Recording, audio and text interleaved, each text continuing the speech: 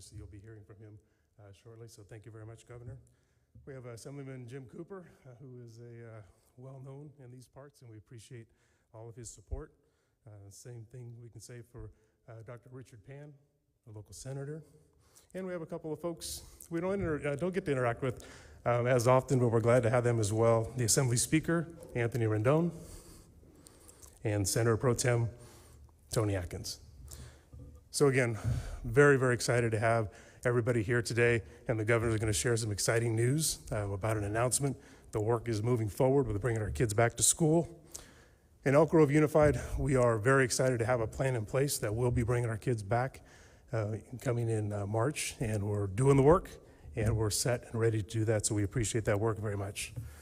I do want to note there's been a huge disruption in all of our lives, and you know there's been a huge disruption within our schools. But I will say, we've learned a great deal. We will not be the same Elk Grove Unified when we open in March and moving forward as we were in January. We're going to be better. We've learned a great deal.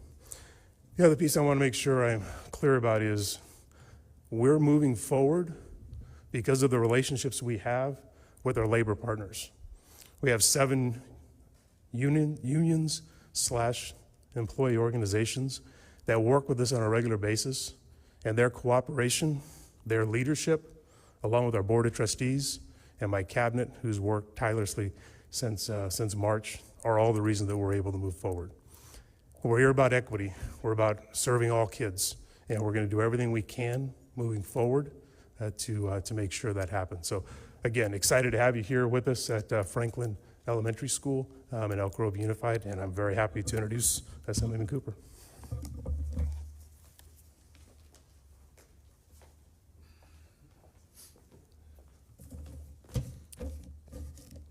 Thank you, Superintendent Hoffman. Good morning. I'm Assemblyman Jim Cooper. I represent the 9th Assembly District, and I call Elk Grove home. I want to thank Governor Newsom, Pro Tem Atkins, and Speaker Rendon and their staffs for their tireless work that led up to today's announcement. As we approach the 1-year mark of the start of the lockdown, today's news could not come at a better time. Kids, parents, teachers have patiently waited for the cases to drop and agreements to be made on the safe reopening of our schools. SB 86 and AB 86 will get the ball rolling on getting our kids back in the classroom. I look forward to voting on this bill this coming Thursday. Counties are beginning to see their case rate drops and are moving into less restrictive tiers. Just a couple of weeks ago, the legislature and the governor worked on a plan to get kids back to playing youth sports, and now we have a plan and an actual concrete reopening plan. As we know, California is a large and diverse state.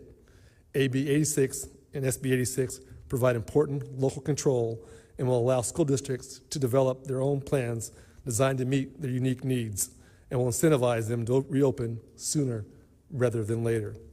The proposal will also include much needed additional funding for all our schools to help them address lost learning time and learning challenges caused by distance learning.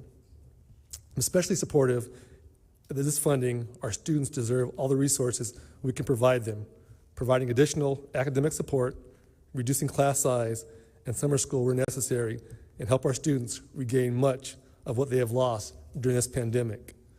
All in all, parents can now take a sigh of relief in knowing that the legislature and the governor are working to get kids back in the classroom in a safe and healthy way for both children and teachers. Next up is Senator Dr. Richard Pan.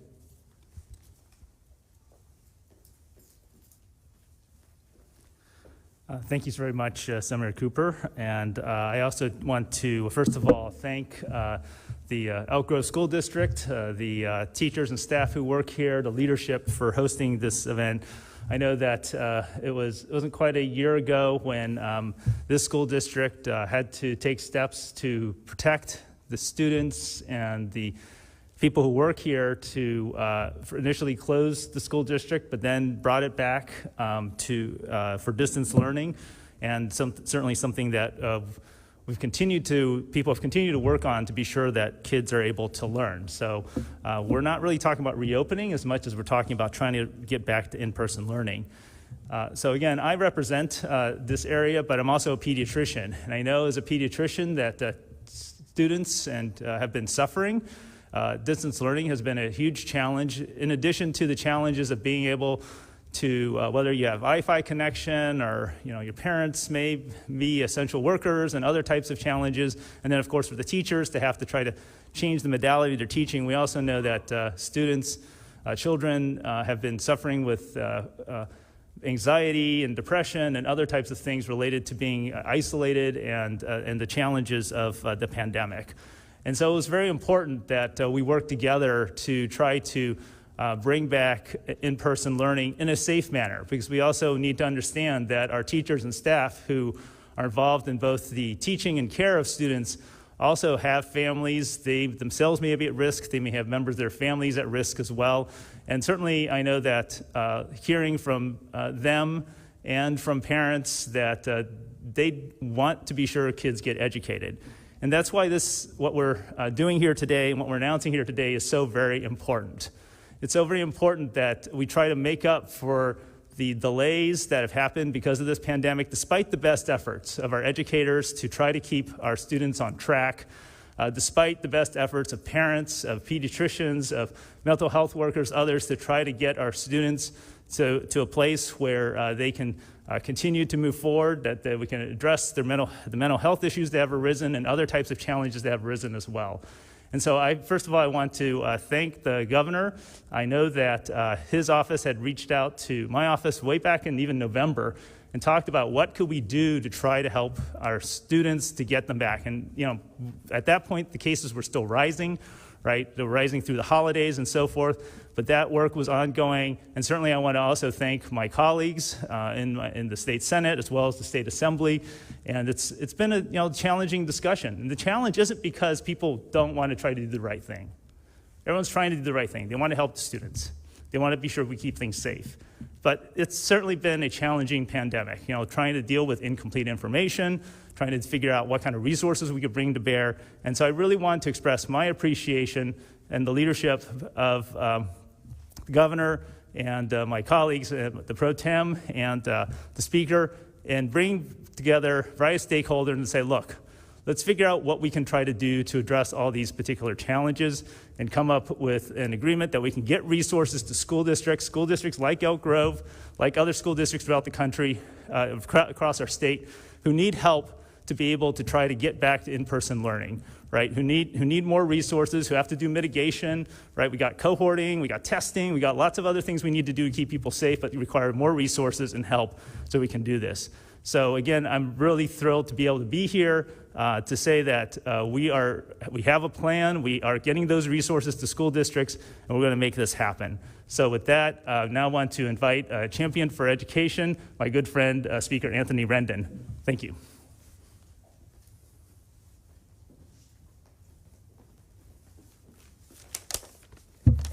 Thank you, Senator Pan. Good morning. It's important that we do not think about schools as just a part of California's budget, although education is that. We cannot merely think of school seats as a safe daytime place for our children, though surely they should be that. We must not reduce education to a prerequisite for earning a living, although it can be that too. When schooling is done right, it does so much more. It opens worlds and challenges hearts. When education is wrong, it is we who have failed the children. It is not the children failing school. I know because I was once a student who barely made it through. The schools did not have what I needed, and that's why I care. Today's press event is about more than turning keys and reopening classrooms, and it is more than just a return to schools that are safe. Our plan is also geared toward providing schools the resources and the incentives that they need and to ensure that education can be all things for every child in California. We are here at this school today because the governor and the pro tem have worked with all of us together on this. Together, we were all determined not to fail California's children. The shared commitment to children of Gavin Newsom and Tony Atkins allowed us to get to this point. Governor Newsom came out early with a thoughtful approach to quick and safe reopening. Pro Tem Atkins and the Senate teamed with the Assembly to develop a strong legislative plan that took the governor's leadership as a signpost. In the end, we all reached agreement on this plan. The policy know-how of 3 of our key assembly chairs was also necessary to make this plan work. We all owe thanks to Assembly members Phil Ting, Kevin McCarty, and Patrick O'Donnell. And of course, we owe thanks to every teacher, every staff member, every parent, and every student who had to bear with the disadvantages of learning in a pandemic world. We appreciate your tenacity and your creativity.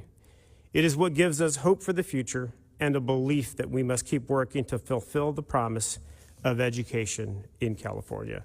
It's my honor to introduce my legislative partner, Senate Pro Tem Tony Atkins.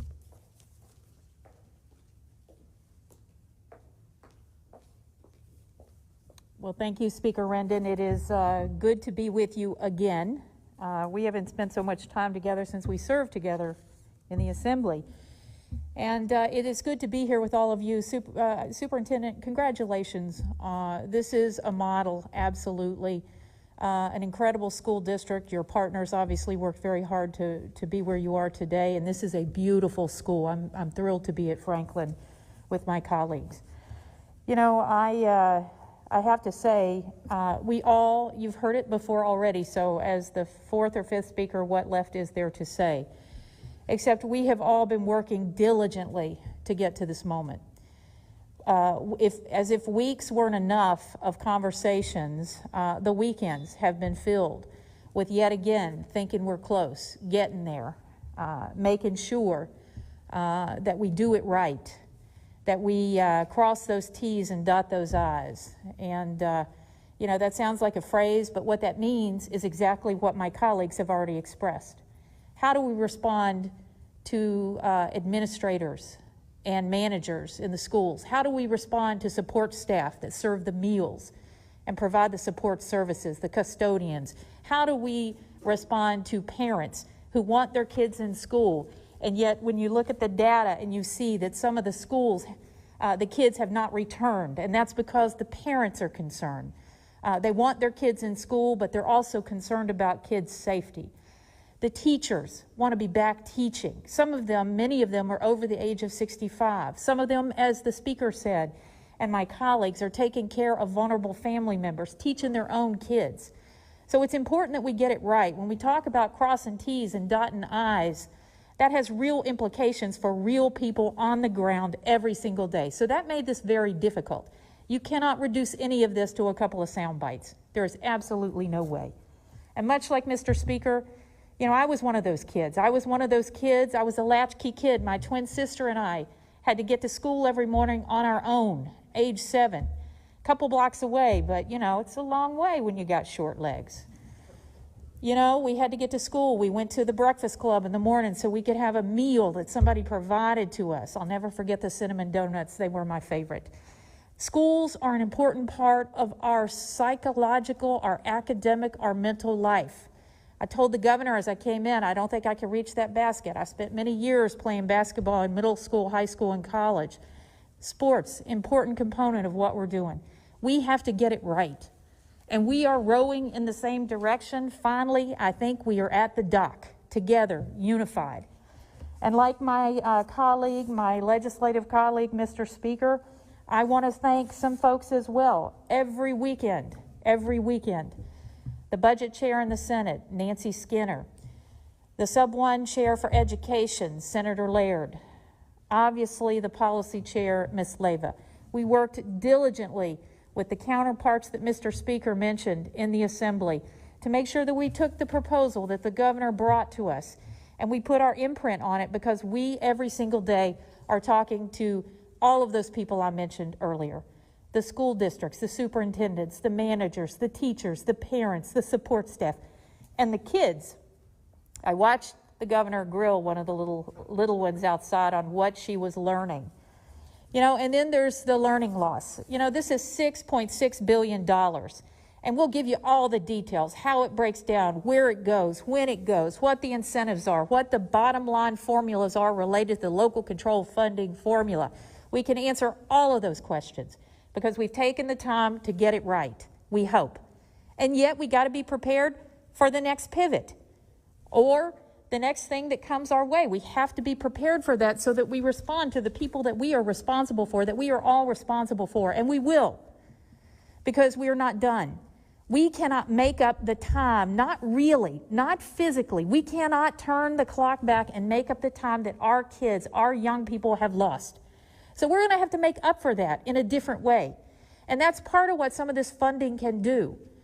We need to heal, and we need to heal together. And we need to do it understanding that our work is far from done. But this today is a good place to be, a good place to be. And with that, I want to turn it over to another one of our incredibly dedicated leaders, someone who's been living this every single day for a year, and that's our great Governor, Gavin Newsom.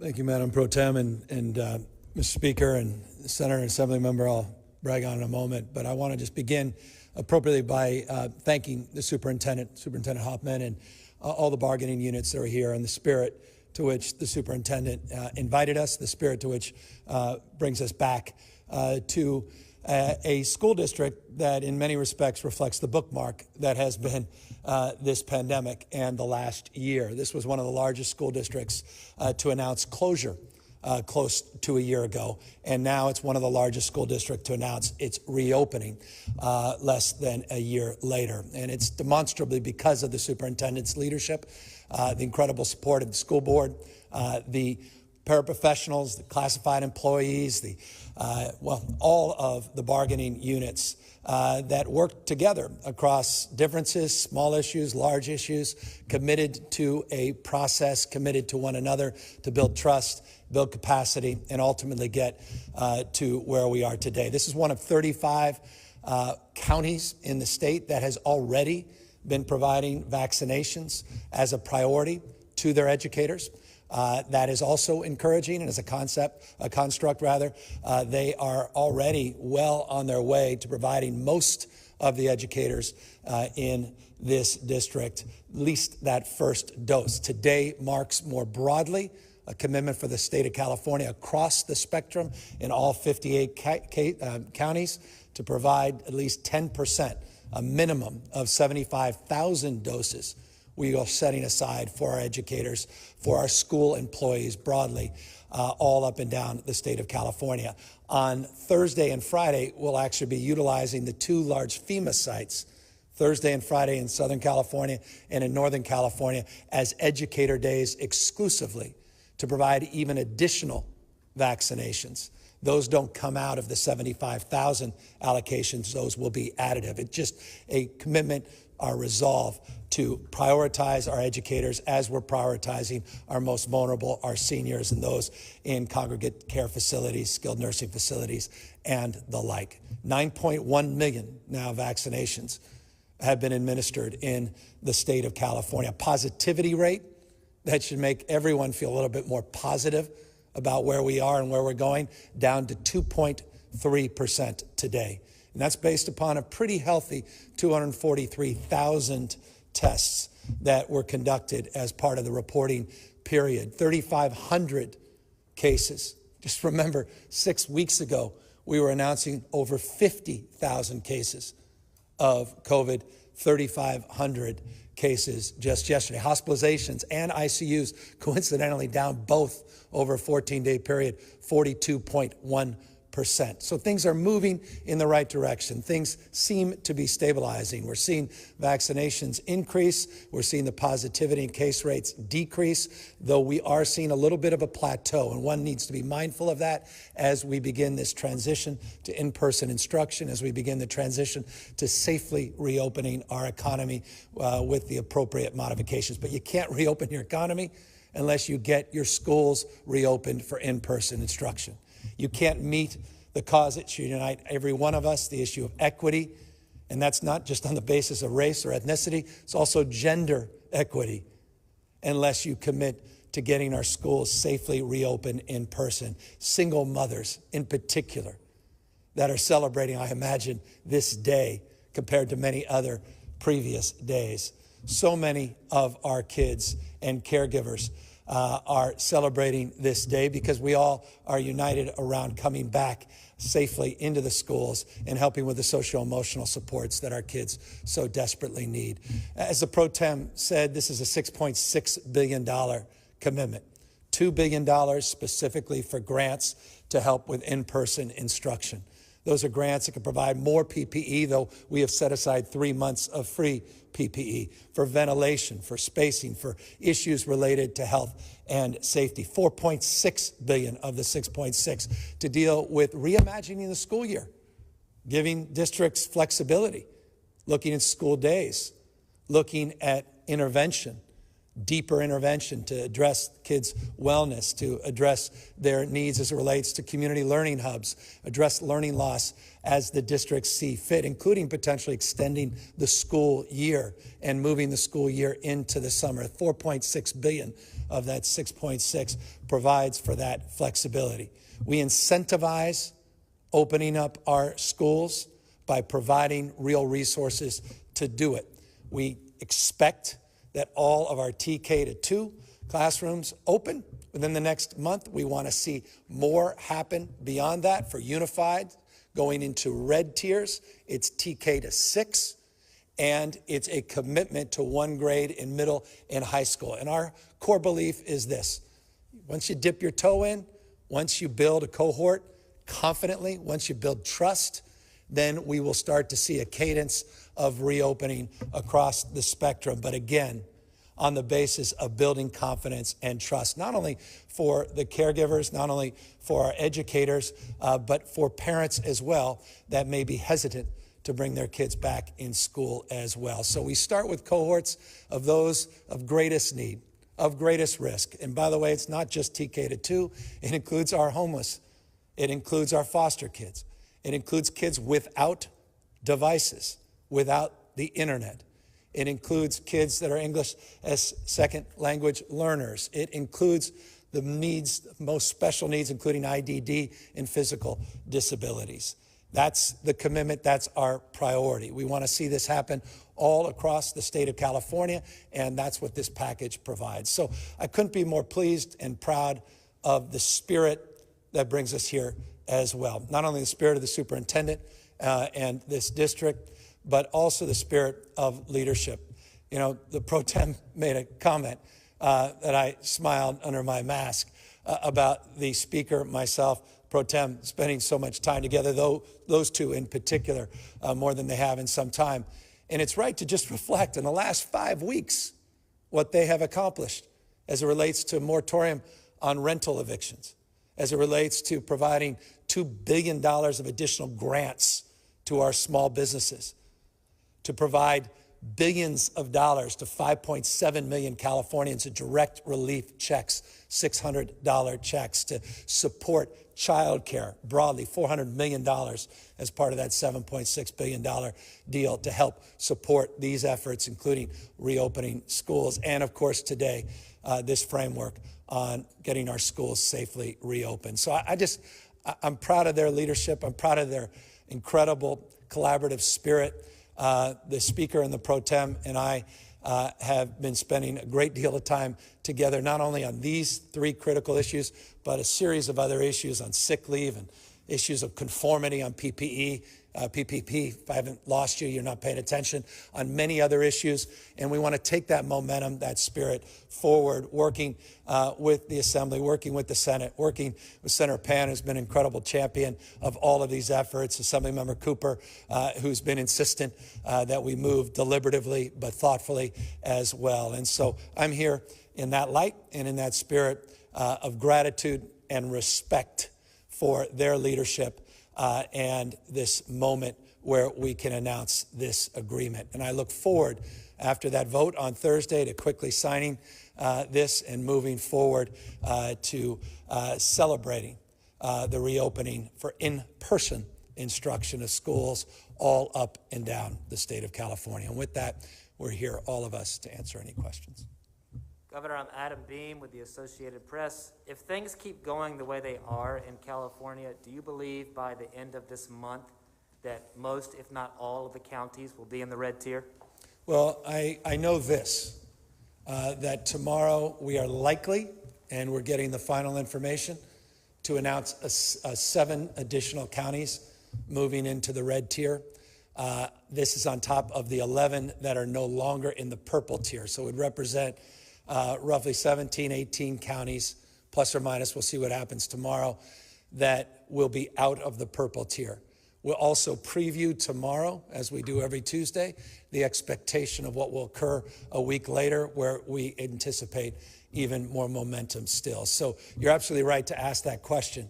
But the good news as it relates to this school deal, we're not waiting to get out of this purple tier in order to get our kids safely back into in-person instruction. And that's what's so meaningful to me, that we're not slowing down, we're now accelerating the pace of reopening. But I'm very encouraged by the stabilization of the case rates, the positivity rate, and indeed, correctly, you're right, we do anticipate a majority of Californians in the next few weeks to be residing in counties that have moved out of the most restrictive purple tier.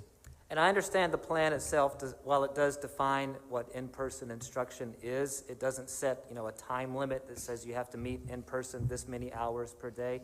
Why was that not included? Are you concerned that districts might, just have students meet, just for an hour a day or so and count that? I'm not. I'm not for one reason. Our teachers and our cafeteria workers, our food workers, our bus drivers, our custodians, they want the sights and sounds. They want kids back safely in school. I just think, once we break through, it's the old adage, once a mind is stretched, it never goes back to its original form. Once people feel confident we can safely do this, once we prove this out, TK to 2, these smaller cohorts, I have all the confidence that it's almost like a flywheel, that you're going to start seeing much more rapid pace of reopening. I don't think people, no one I talk to, at least, and I talk to plenty of people across the spectrum on this issue. People are supportive, people are cautious, people that are just uninterested in moving. They all share one thing in common, and that's a commitment to do the right thing. But their concern, their fear, their apprehension has gotten in that way, and that's what we hope we're clearing. And so I'm confident people won't be gaming the system like that. Governor, Emily Maha with KCRA. We've been collecting some data from districts in our area, and we have found that some teachers are opting not to be vaccinated. Do you believe that educators should be having in-person interactions with students, especially in districts where social distancing may be a challenge? And if teachers opt not to be vaccinated, should parents have the right to know if their student's teacher is not vaccinated? Yeah, I think everybody that wants to be vaccinated should be vaccinated.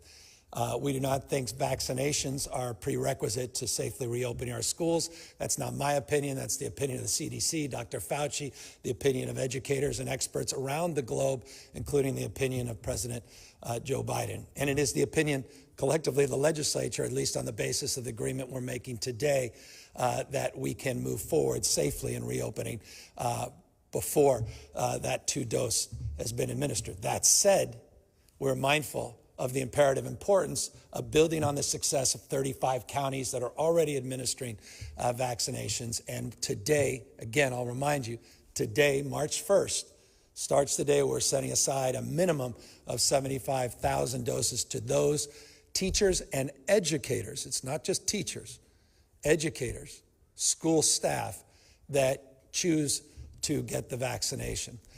We are hearing, in fact, we were just talking to the superintendent about some of the success he was having here, that the vast majority are very eager and supportive of receiving these vaccines. And now, as you know, this week we'll have a third vaccine, and that's the single-dose J&J vaccine, which will provide yet another alternative, another option for people that choose simply a 1-dose regimen versus a 2-dose regimen. Hi, Governor. Rachel Bluth from Kaiser Health News here. I have a question for you and for some of the legislative leaders here. This compromise is obviously a big compromise between your office and the legislature. A lot of members have been feeling a little sidelined this year about the legislature's role in dealing with this pandemic. To my knowledge, this is the first time that the Senate Assembly have had any input on vaccine distribution.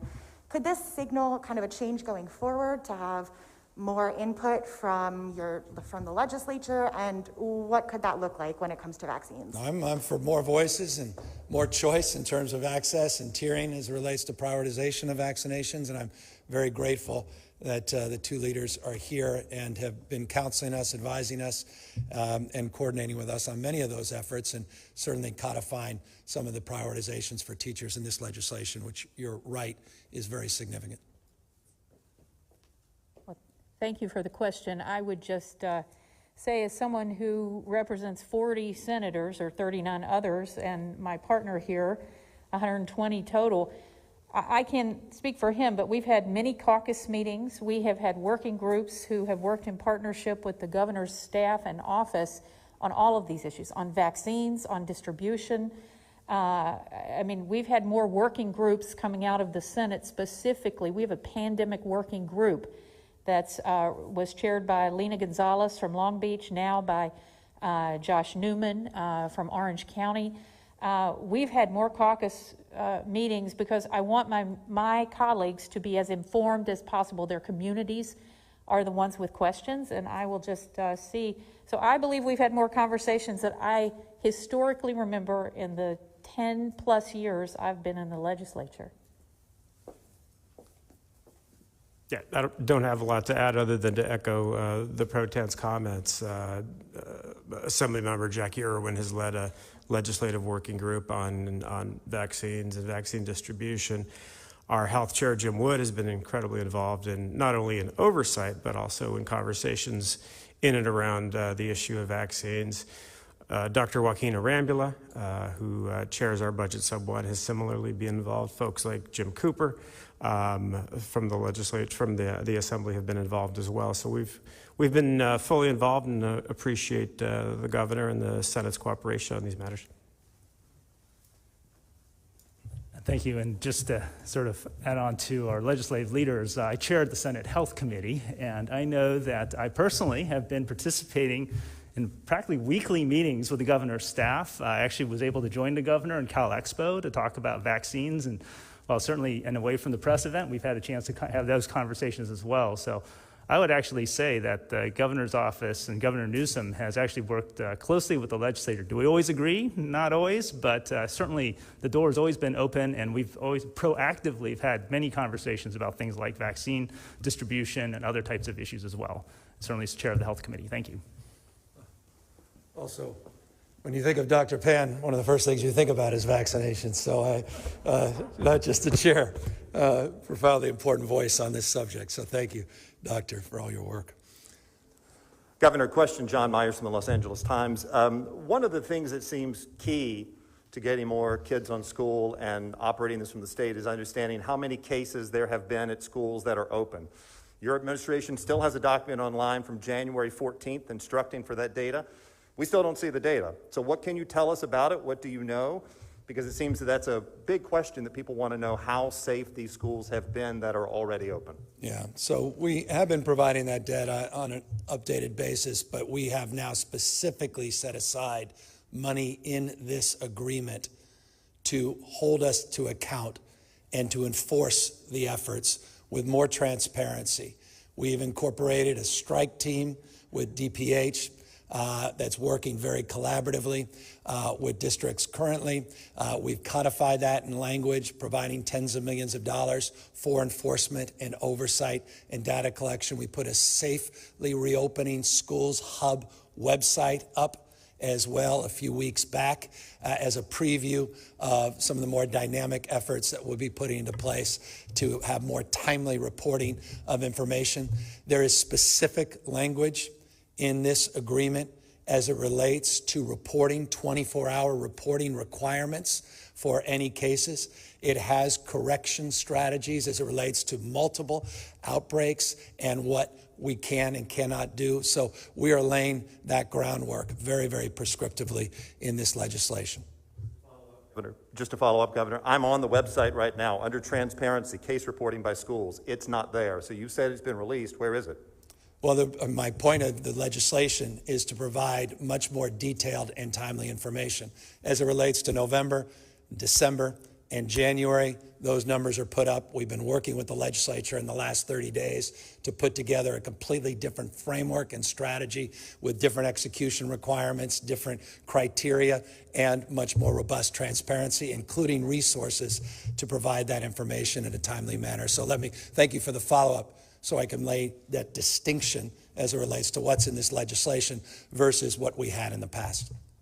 Governor Katie Orr with KQED News. I wonder, given that schools with this money will be able to extend their school year possibly, if you're expecting many districts to actually do that, because of course teachers have been teaching this whole time, just not in school, and if you're getting any pushback from unions who say, you know, our teachers need a break. Well, the bottom line is we're providing flexibility. That $4.6 billion in learning loss flexibility provides for more peer-to-peer counseling, more investment in mental health, more counselors, provides more interventions across the spectrum that could extend the school day as well as opportunity to extend the school year. That's going to be determined. We also have provided not only that $4.6 billion in learning loss, but as you know, the federal government has provided us $8.5 billion in CARES Act 1 and CARES Act 2 dollars that also are supplementary and supportive in addition to the Prop 98 resources. And that, by the way, does not include the resources that we anticipate coming from what becomes of the $1.9 trillion new stimulus. So we have resources that will allow us more flexibility, more opportunity in the next weeks and months to answer that question in a much more robust way, depending on conditions. But I appreciate the point you made, and I'll just briefly comment on that our teachers have been teaching, that we have been committed to our kids, and I just want to recognize that. And it's not just our teachers. We were just talking to a representative from AFSCME and all the classified employees they're here at the school site, have been. Some of our psychologists have been. Some even doing knocks on doors and meeting kids in their homes. So one does need to acknowledge the hard work that has been done under these very challenging circumstances with distance learning and some in-person learning that has been occurring across the state for many, many months. So the issue of exhaustion, obviously that issue, like so many issues, is a meet confer issue. It's an issue for the memorandums of understanding. It's an issue to work across the bargaining table to figure out, but we have now more resources to help figure that out than we've had in the past. One more quick question. If and when the vaccine is approved for children, do you anticipate it being added to the list of mandatory vaccine kids need to attend school in California? Yeah, I'm going to wait. Look, on the J&J, we have a Western States Scientific Advisory Committee that's meeting today on the safety and efficacy of the J&J vaccine. We anticipate a little over 300,000 vaccines to arrive later this week at the FEMA sites. We had an ability to order 380,300. We're anticipating a little over 300,000 arrive at the rest of the week. The reason I mention that is to make this point. We need to look at the safety and efficacy of vaccines as more information is forthcoming from the FDA, guidelines come out from the CDC. Our Western States Advisory Group will take a look at the safety and efficacy for those younger cohorts. We'll be guided by their facts, their determination, science, before we make any determinations of mandatory, voluntary, and when indeed those will be made available for people of younger age and younger cohorts. Hi, Governor. Renee Santos with CBS 13. The question I have is, what conversations are happening right now when dealing with teachers, educators who refuse to go back to work simply because there are health risks that they're worried about, concerned about? Yeah, I mean, obviously we're going to be sensitive to that. And look, no one's compelling anybody. We're creating conditions where we expect in-person instruction. We're going to provide supports, supplementary supports, but people have compromised immune system, people that are not comfortable going back in, be it teachers, be it paraprofessionals, be it classified support staff, be it kids themselves. For whatever reason, conditions. Obviously, we're going to be sensitive to all of those issues. And that's why we're providing in-person grants, $2 billion to provide flexibility. And that flexibility is not just ventilation. It's not just PPE. It's not just sanitation. It's also personnel to help address those concerns as well. Second part to that question, Governor, do you anticipate districts then having to look for substitute teachers to fill that void until, numbers progress and teachers start feeling more comfortable in classrooms? Yeah, well, that's the whole purpose, again, of this agreement, is to provide flexibility, provide resources that otherwise didn't exist, so those determinations can be made in 1,050 school districts up and down the state of California. Hi, Governor. Alexi Costa from the San Francisco Chronicle. Two questions for you, if you don't mind. The first is, what role, if any, have district superintendents and teachers unions played in helping negotiate this deal? Because obviously it will be dependent on them reaching agreements to actually reopen under this framework that you've come up with, and the last couple of frameworks that were proposed by the legislature or your administration were pretty widely panned. And the second is, to your point about the plateauing of of coronavirus cases, the CDC expressed concern today about that as well.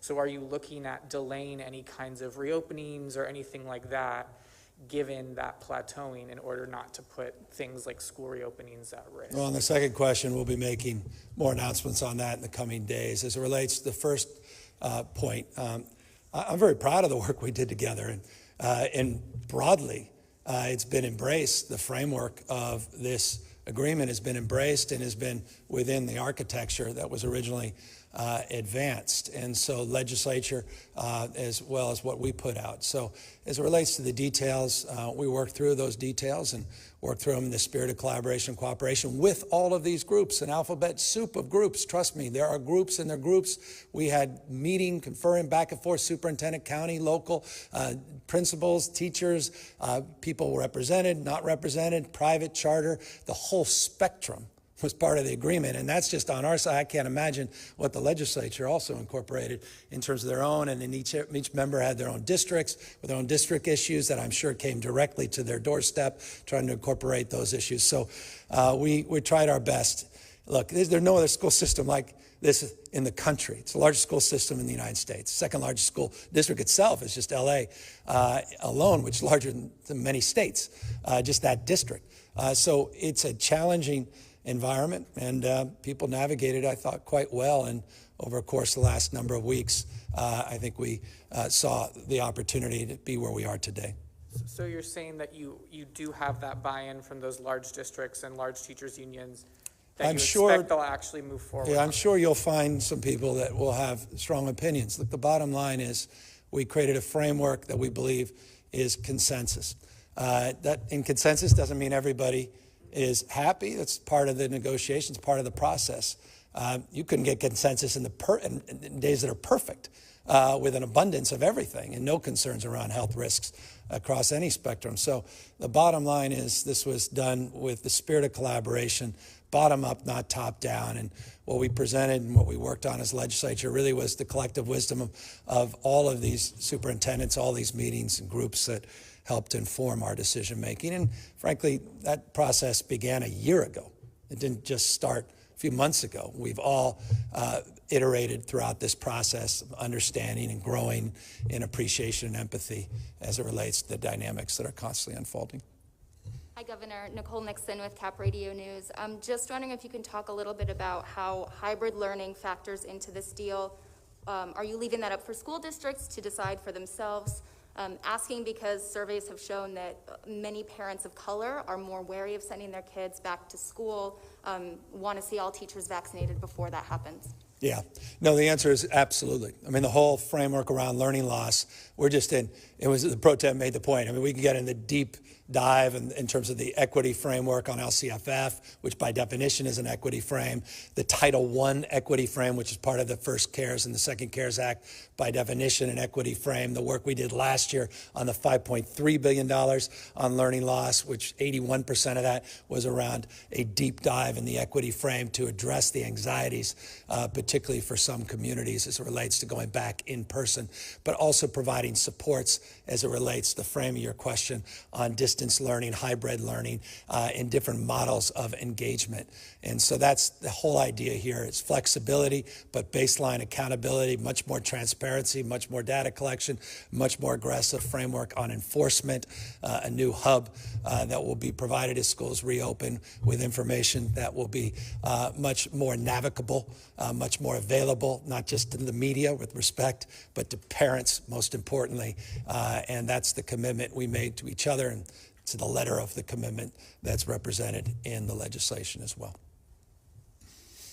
Hi, Governor. Mackenzie Mays with Politico. On the point of teacher union support, would you ever get to the point where you would mandate that schools reopen? Say we get to the next academic year. Is that something you would consider like states Florida and Texas have? Yeah, we want schools to safely reopen, period, full stop. I've been saying this for months. Said this when we announced the original framework in December. I've been saying it even prior to that. So we want schools to safely reopen. We believe they can safely reopen. We believe the data and the science bear that out. We believe what the CDC has been saying. We believe what Dr. Fauci has been saying and President Biden has been saying. We believe that we can do this. And now with additional supports, we have more confidence that we can do it with more granularity, even more safety protocols than we otherwise could have afforded on the basis of not having these additional resources and flexibilities. So we have all the expectation that schools will be safely reopened across the spectrum come this fall, and we certainly look forward to tremendous momentum over the course, not just the next month or two, but notably in the next few weeks. This district's a perfect example of this. They're not waiting till the end of the month. They're starting to move forward much sooner than that. Hi, Governor. Sophia Bolag with the Sacramento Bee. You alluded earlier to the PPP loan conformity that you and the legislature are working on. Maybe I shouldn't have done that. I'm wondering, in addition to that, are there other aspects of early action that you're planning? And also, I'm wondering if you can address why state worker cuts that were implemented last year have not been part of your early action plans with the budget. We're working, and all I can say, and I can truly back off now and have the two leaders speak, but we're working on the PPP issues. We're working on sick leave. We're working on a number of other issues, and we're working through. That's part of our broader budget conversation, and I can assure you, working with our bargaining units, we're having those conversations very robustly. And can you just address why, those state worker cuts, restoring those, weren't part of your early action proposal? A lot of complexities, and I don't want to socialize them right now, particularly because we're working with those bargaining units to address those issues.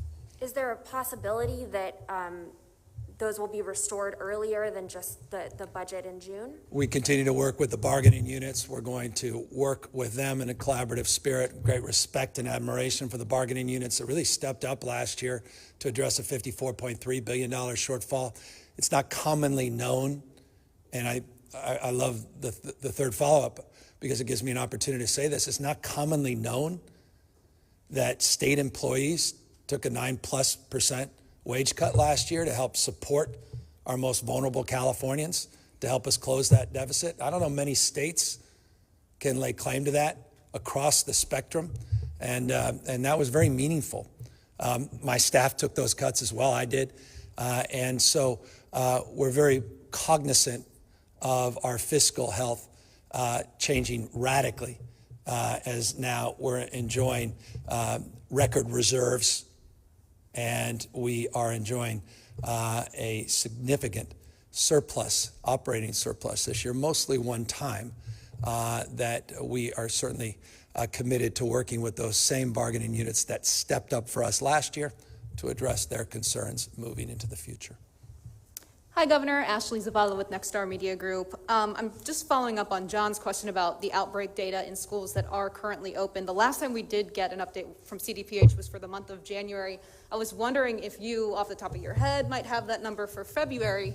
And in that same vein, is there a mandate in this agreement between you and the legislature on, I know you see a bright light, but a contingency plan in the event that COVID-19 becomes widespread again in communities across the state? Yeah, I mean, look, no one's ideological about any of this. We're open argument, interested in evidence. We want to see where the epidemiology goes. We want to see what happens with these multiple variants. We have 2 West Coast variants. We're concerned about the South African variant. We don't have a Brazilian variant yet. We'll see if that happens. Obviously, we're concerned about the UK variant, over 200 cases now reported. We're all mindful of that.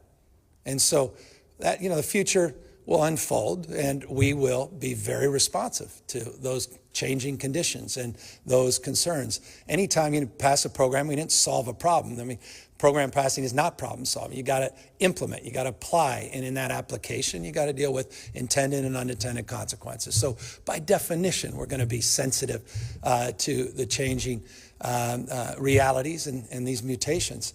But at the same time, one needs to be just honest with people and level set. That we're down to 2.3% positivity rate. I mean, there's only 8 states in the country that have lower positivity rate. That this state is in a very different place than it's been in a number of months, certainly where we were 6 weeks ago. And as a consequence, where you have over 9 million vaccinations now that have been administered, and the prospect, we're going to get 1.58 million this week. We'll get 1.64 next week. J&J now being authorized, more vaccines on the horizon, more capacity in our ICUs and hospitals with surge plans that are very, very well oiled in the context of what we just weathered in the last 8 weeks, that we are in that phase, that transition phase where we want to lean in and we want to step up, get our kids back in school and get our businesses back open safely with modifications, still wear masks, still do all the non-pharmaceutical essentials to mitigate the spread, particularly with those variants out there. But obviously, we'll be mindful. Now, as it relates to the data, as I said, the data, January and November and December, is made public in the last month. We've been working with the details of updating this data and those criteria, and we'll make sure you see the language specifically as it relates to the expectations on data reporting, 24-hour periods, et cetera. We'll present that to you, and we'll see where we are. And I'm happy once I have those February numbers to provide those to you as well. But I can assure you, based on the January number, it was lower than the December number, which is interesting because January, we were dealing with the midst of a massive surge. Of course, there may have been underreporting. No one's naive about that. And obviously, that's foundational in this legislation. The Speaker and the Pro Tem demanded that we had higher accountability thresholds, higher reporting expectations, and they were right to demand that. With that, thank you all very much. Wonderful to spend time, and I'm looking forward to a press conference when everybody else gets all the questions. Take care, everybody.